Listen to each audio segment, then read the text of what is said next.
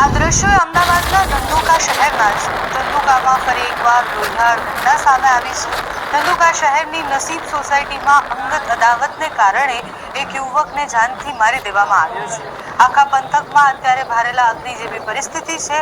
આ ઘટના બાદ સ્થિતિ વણસતા પોલીસ પ્રશાસન દ્વારા તાત્કાલિક શહેરમાં કર્ફ્યુ જાહેર કરી દેવામાં આવ્યો છે।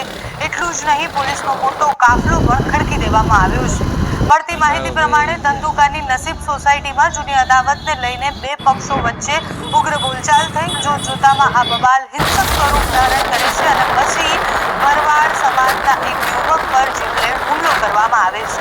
આ હુમલામાં ગંભીર ઈજાઓ થયાના કારણે યુવકનું ઘટના સ્થળે જ મોત થઈ જાય છે। યુવકના મૃત્યુના સમાચાર વાયુ વેગથી શહેરમાં પ્રવેશે છે અને પછી લોકોના ટોળા ઉમટી પડે છે। રોષે ભરાયેલા ટોળા એ વિરોધ પ્રદર્શન કરી રહ્યા છે, આક્રોશ વ્યક્ત કરી રહ્યા છે। સ્થાનિક દુકાનોમાં આગ ચમકી રહ્યા છે। જોતજોતામાં વાતાવરણ અત્યારે તંગ બન્યું છે।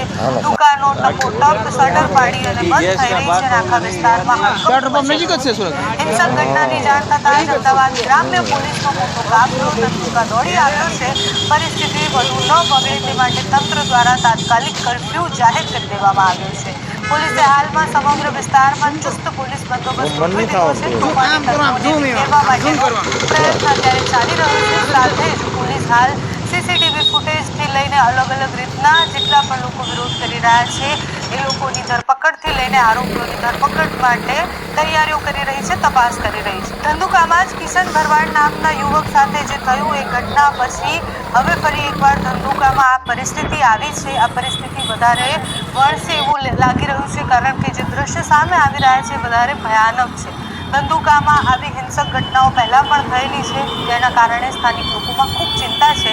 પોલીસ તપાસમાં આગળ શું સામે આવે છે, આખી ઘટના પર પોલીસ કેવી રીતના કાબુ મેળવે છે એ જોવાનું રહ્યું। અત્યારે પ્રાથમિક જે દ્રશ્ય સામે આવ્યા છે ધંધુકાથી એના પર કરીએ નજર।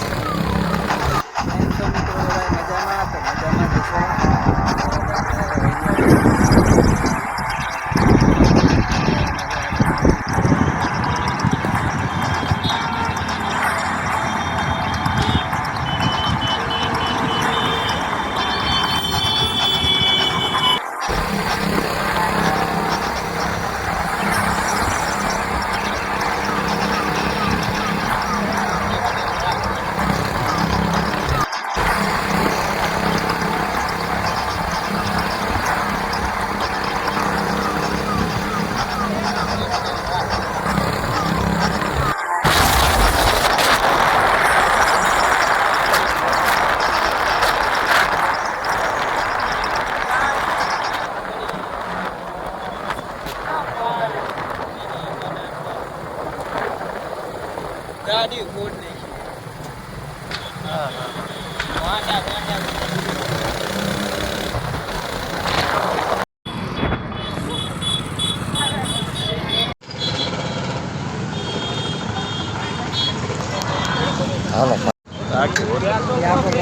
ગેસ का बात तो नहीं रेवा दे पेट्रोल पंप नजीक જ છે સુરત નજીક જ છે अब पूरा થઈ ગયો